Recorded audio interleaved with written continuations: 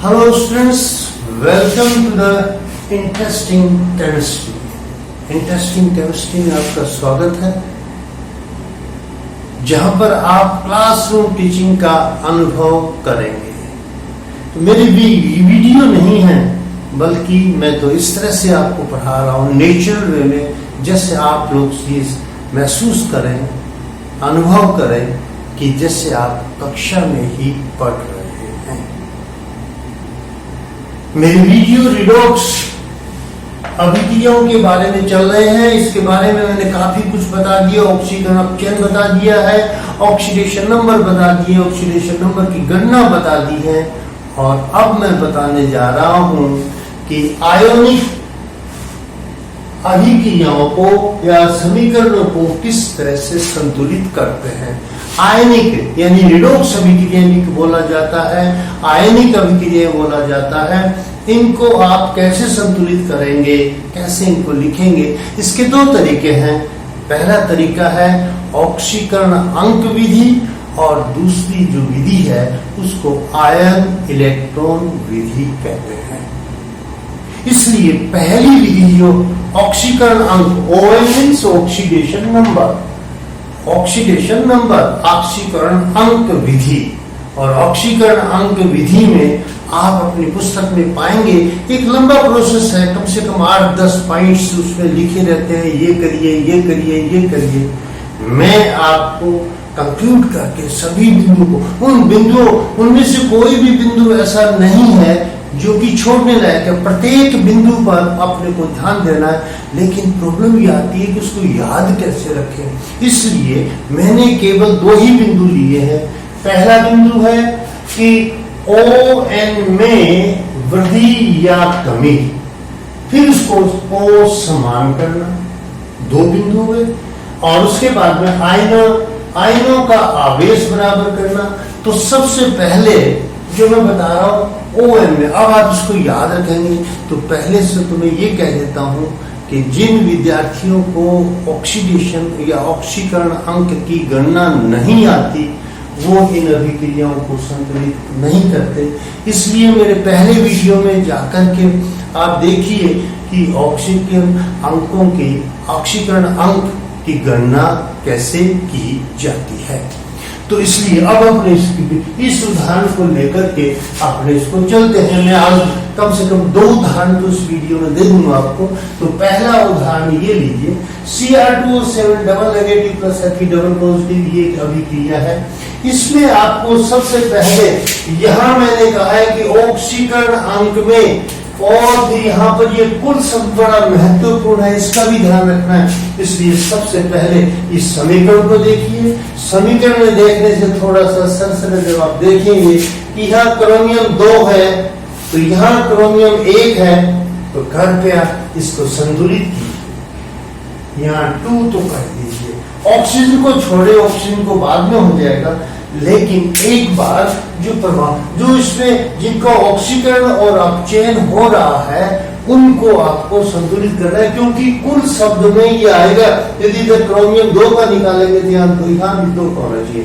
अब यहाँ पर कि इस क्रोमियम का ऑक्सीकरण अंक कितना है, क्रोमियम का ऑक्सीकरण कितना है, अब आपको ये ध्यान देना है। तो Cr2O7 है, तो यहां से आप इस क्रोमियम का ऑक्सीकरण अंक +6 कितना निकालेंगे, +6 निकालेंगे। मैं विद्यार्थियों कैसे निकालेंगे कि क्रोमियम की जगह आप 2x + 7 × 2, 7 × -2 = -2, and 2x = 7 × 12 -14 + 14 + 6 12 + 12, so x = +6। तो इस तरीके से आप इसका ऑक्सीकरण ज्ञात कर देंगे। बाकी का ऑक्सीकरण यहाँ Fe का जितना बताया मैंने +3 हो जाएगा। यहाँ Cr का ऑक्सीकरण कितना है, +3 है।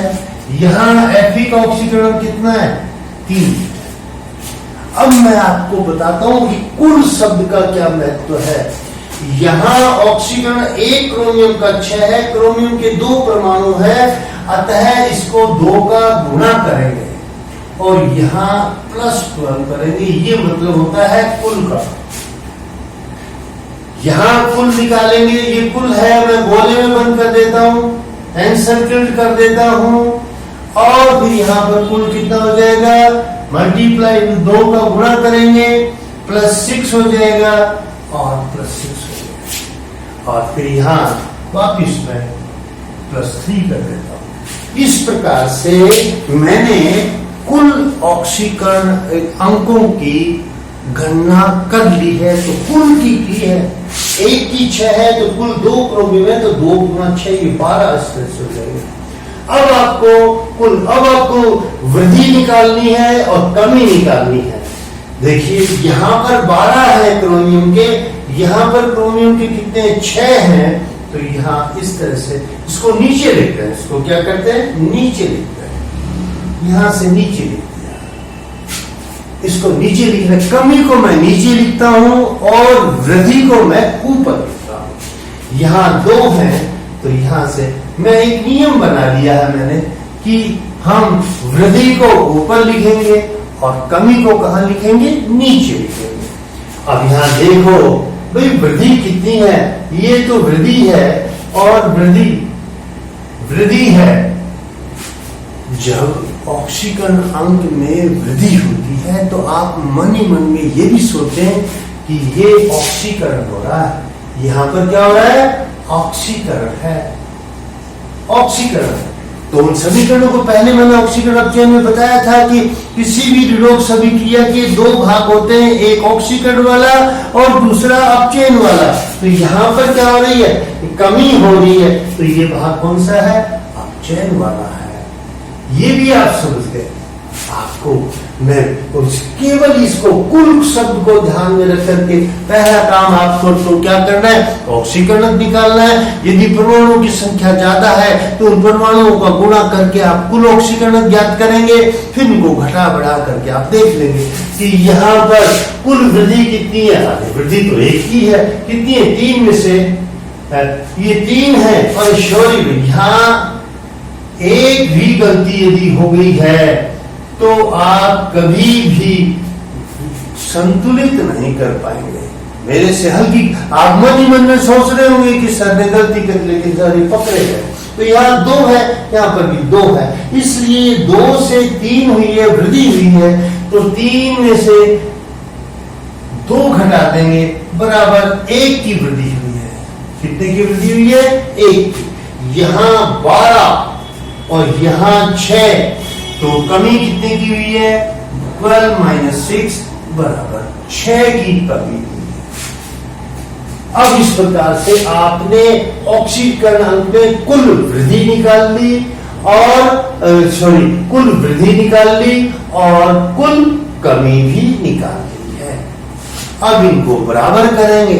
बराबर करने का तरीका यह है कि ऊपर वाली समीकरण को कमी का गुणा कर दें और नीचे वाली समीकरण को वृद्धि का गुणा कर दें, तो ये आप वृद्धि और कमी आ जाएगी। अब आपको इस समीकरण को नए तरीके से दोबारा लिखना पड़ेगा। क्या लिखेंगे, यही लिख देता हूं मैं, क्या कि यहां लिख दूंगा मैं, इसी को ही गुणा करेंगे। यहां से इसको कितने का गुणा किया, 1 का लिखा है, तो क्या लिखूंगा मैं, Cr2O7 डबल नेगेटिव 1 का गुणा किया प्लस Fe को कितने का गुणा कर रहे हैं, 6 का गुणा कर रहे हैं, तो 6Fe double positive, 6Fe double positive. यहां पर लिखेंगे 2Cr को कितने का गुणा करेंगे, Cr है, 1 का गुणा करेंगे, इसलिए 2Cr triple positive, 2Cr triple positive. यहां Fe को कितने का गुणा करेंगे, 6 का, 6Fe triple positive, 6Fe triple positive. अब तक का पहला स्टेप मेरा कंप्लीट हो गया है। तो मैं, आपने इसको नोट कर लिया होगा, मैं इसको मिटा देता हूं, यहां से इसको हटा देता हूं और अब आप क्या करेंगे कि इस क्रिया को यहाँ पर फेयर लिखेंगे। फेयर लिखने के बाद में क्या करें, इसमें आयन देखो, और दूसरा क्या, आयनों का आवेश बराबर करना। यहाँ पर 2 नेगेटिव और यहाँ पर कितने पॉजिटिव है, प्लस पॉजिटिव 12, तो 10 पॉजिटिव है। यहाँ पर पूरी समीकरण पे 10 पॉजिटिव लिख दिया आपने, 6 दूनी 12 और -2 तो आ गए। और यहां पर 6 पॉजिटिव और 18 positive, 24 positive. 2 into 3 6 positive, 6 into 3 18, 18 plus 86 plus 18 इसका टोटल 18%। अब आपको क्या करना है, अब आप इसको वापस लिख देंगे। यहां मैं ये बैलेंस इक्वेशन लिख रहा हूं, Cr2 7 double negative plus 6Fe double positive, यहां लिख दिया मैंने 2Cr triple positive plus Fe triple positive. और अब आवेश कितना है, यहाँ 10 है, यहाँ 14 है, 24 है, तो इसका मतलब इधर क्या होना चाहिए, प्लस 14 पॉजिटिव चाहिए, प्लस 14 पॉजिटिव। अब आप क्या करेंगे, अब आपके पास क्या तरीका है, अब आपके पास तरीका ये है कि माध्यम देखो, एसिडिक मीडियम में कौन से माध्यम में क्रिया करते हैं, एसिडिक मीडियम में। और एसिडिक मीडियम में हम यहां इसमें 14H पॉजिटिव जोड़ दें। 14H पॉजिटिव आपने जोड़ दिए तो आवेश सब सबका बराबर हो गया। यहां देखो 14H प्लस 26 माइनस 2 24 और ये भी 24 है, तो ये समीकरण आपकी संतुलित हो गई। और अभी थोड़ी सी कमी रह गई है, वो कौन सी कमी रह गई है कि ये 7 oxygen 14H equal to 7H। ये आपकी बैलेंस्ड इक्वेशन है। इस प्रकार से आप इसको क्या करेंगे, कोई भी समीकरण होती है उसको संतुलित कर सकते हैं। तो अब मैं आपको एक दूसरा एग्जाम्पल और लेता हूं। उसके एग्जाम्पल में दूसरा एग्जाम्पल और लेते हैं, उसका एग्जाम्पल होगा FeS। चलो ये एग्जाम्पल लेते हैं, मालूम नहीं गलत हो जाए। इस समीकरण तो बिल्कुल FeS plus NO3, FeS plus NO3 to Fe triple positive plus FeS triple positive plus और SO4 double negative plus NO। ये NO, ये समीकरण में इसको मिलान कर लेता हूं। इसको मिलान करने के लिए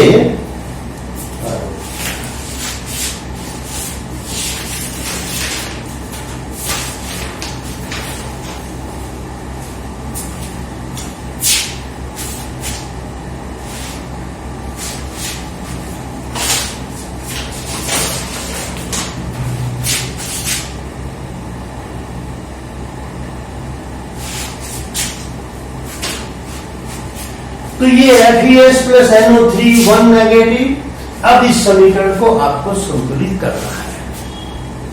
अभी आपकी एक नई समीकरण मैंने लिखी है और जो नई समीकरण इसको संतुलित करना है। उसी प्रकार से सबसे पहले Fe यहाँ डबल पॉजिटिव प्लस 2 है, ये S -2 है, NO3 में N का निकालेंगे, NO3 से कोई मतलब नहीं, NO3 यहाँ +5 है, N का +5 है, 6 -1 ये +3 है,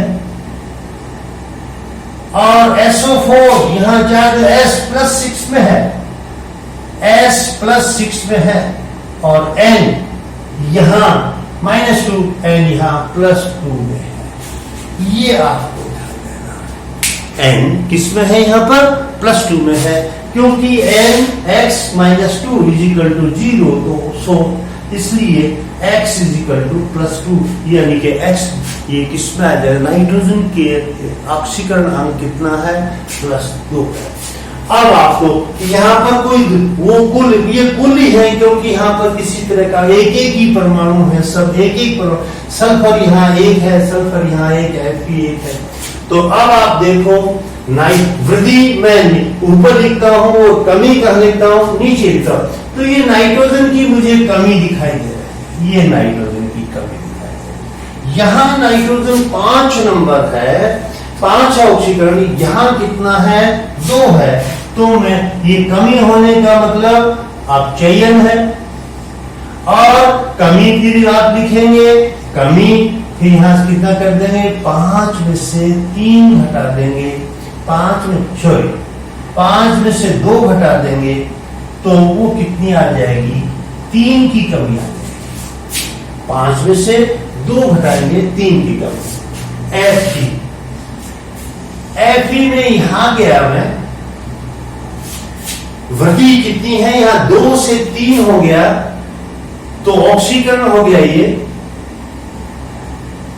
ऑक्सीकरण, और वृद्धि कितनी हो जाएगी, वृद्धि 3 - 2 = 1, 3 - 2 = 1 की वृद्धि हो गई। लेकिन यहां पर एक चीज और देखनी है, सल्फर -2 है और यहां सल्फर 6 है, +6, तो इसलिए इसको भी देखना है, इसको भी देखना है। ये भी ऑक्सीकरण है, ये भी ऑक्सीकरण है, और यहां जो वृद्धि हुई है, वृद्धि 6, ये 6 है, और 6 में से -2 लेंगे आप, 6 में से -2 घटाएंगे, तो ये इक्वल टू टोटल जो वृद्धि आ जाएगी वो 8 आ जाएगा।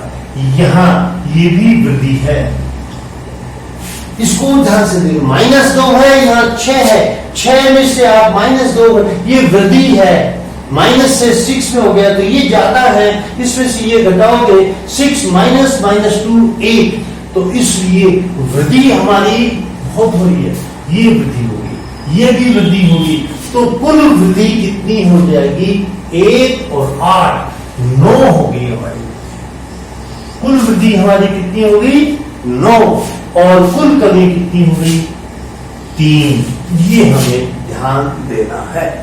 उसके बाद में इनको समान करना है, तो समान करने के लिए ये तो 9 है और ये कितने हैं, 3 है, तो मैं समझता हूं कि इसको 3 का गुणा कर दें तो ये बराबर हो जाएगी। इसी समीकरण को, इसको 9 का गुणा करें, इसको 3 का गुणा करें, इससे बेटर यही होगा कि इसको 3 का गुणा कर दें, तो ये हमारी समीकरण संतुलित हो जाएगी।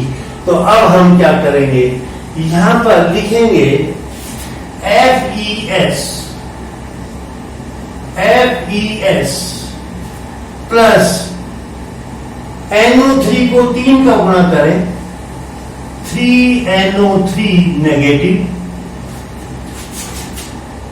P का निशान, Fe को 1 का ही गुणा होना है, Fe ट्रिपल पॉजिटिव, SO4 को भी 1 का ही गुणा होना है, SO4 double negative, plus NO को कितने का गुणा होना है, 3 का, 3NO।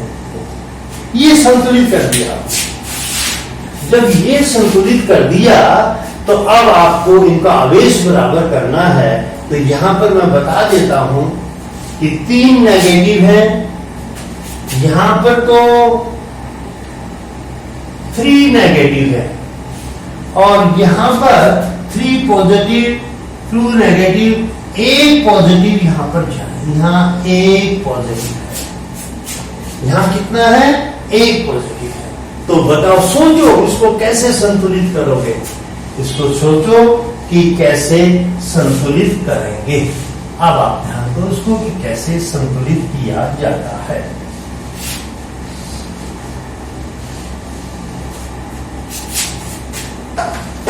अब मैं इसके अंदर संतुलित करने वापिस लिख देता हूं, यहां मैं संतुलित समीकरण लिखूंगा। FeS प्लस 3NO3 नेगेटिव, यहां से लिखा Fe triple positive, SO4 double negative plus 3NO, ये तो मैंने लिख दिया एज इट इज। और अब मैंने यहाँ 3 नेगेटिव है, यहाँ 1 पॉजिटिव है। यदि यहाँ मैं 4 पॉजिटिव जोड़ देता हूं तो 1 पॉजिटिव बच जाएगा, इसलिए मैं यहाँ 4 पॉजिटिव जोड़ने के लिए 4H पॉजिटिव यहाँ जोड़ देता हूं। यहाँ 3 नेगेटिव, यहाँ 1। यदि मैं 3 पॉजिटिव जोड़ता हूं तो ये एक दूसरे को न्यूट्रलाइज कर देंगे, क्योंकि पॉजिटिव बचाना है, इसलिए 4 पॉजिटिव जोड़ेंगे, अर्थात 4H पॉजिटिव अपने यहाँ पर जोड़ देते हैं। 4H पॉजिटिव SL2, यहाँ 2S2 और लास्ट में और लिख देना, 2S2 और लिखना है। जो धातु है नाइट्रोजन है वो तो संतुलित है, लेकिन एक ऑक्सीजन को आपको गिनना है कि ऑक्सीजन हमारी संतुलित है या नहीं है। यहाँ 3 की ये 9 ऑक्सीजन है। ऑक्सीजन कितनी यहाँ पर 3 और 3 9 है। यहाँ पर ऑक्सीजन कितनी है 4, 3 7 और 2। इसका मतलब हमारी समीकरण क्या चीज है, संतुलित है। ऐसे आप इन समीकरणों को संतुलित कर सकते हैं। मेरा 2 समीकरण के उदाहरण बताए और 2-3 समीकरणों के उदाहरण मैं अगले वीडियो में बताऊंगा। ऑक्सीकरण अंक विधि से आप प्रैक्टिस करना इसकी, और मैं जब नए वीडियो बनाऊं तो उस समय आपको और ज्यादा समझ में आना चाहिए। आशा करता हूं आपको ये ऑक्सीकरण अंक विधि से रिडॉक्स रिएक्शंस को या आयनिक समीकरणों को संतुलित कैसे किया जाता है ये आ गया होगा। इसकी प्रैक्टिस करें। यदि आप इसको बगैर अपने साथियों को समझाइए ना, और अपने दोस्तों को ये मेरा वीडियो भी शेयर कीजिए, लाइक कीजिए, ताकि वो भी समझे। मैं समझता हूँ आप लोग ऐसे समझ रहे हैं घर पे जैसे आप क्लासरूम में बैठे हैं। तो इसलिए आज के वीडियो में इतना ही। Thank you very much.